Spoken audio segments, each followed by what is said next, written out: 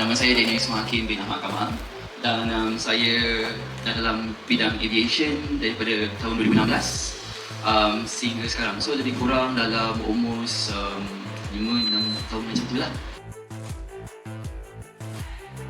Just make sure that our passengers are in their best, comfortable, right? Because we all travel.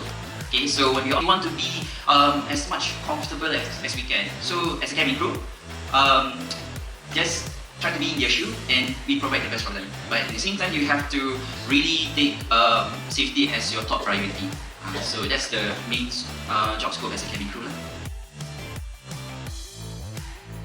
Ada kekurangan kita masing-masing. But one thing that I nak nasihat kat you guys is always believe in yourself. Betul-betul you guys nak jadi cabin crew, be part of it. Contoh mungkin dari berawal, dari sekarang, mungkin okay, aku nak jadi cabin crew. So balik rumah, do something. That's one baby steps. It's okay. And then once you rasa macam okay, I'm gonna go. Alright? Jangan lepaskan peluang. Whenever that you guys ada peluang buka, ada open cabin crew, just go. Tak kira lah from national airlines ke ataupun for international airline, go for it. Alright? So from there, bila you guys dah went to so many interviews, you guys dah tahu dah, okay, kat sini mungkin aku kurang sikit. So you guys can improve yourself more. InsyaAllah memang ada rezeki. Always believe in yourself. That's why I always pegang sampai sekarang. I always believe in myself.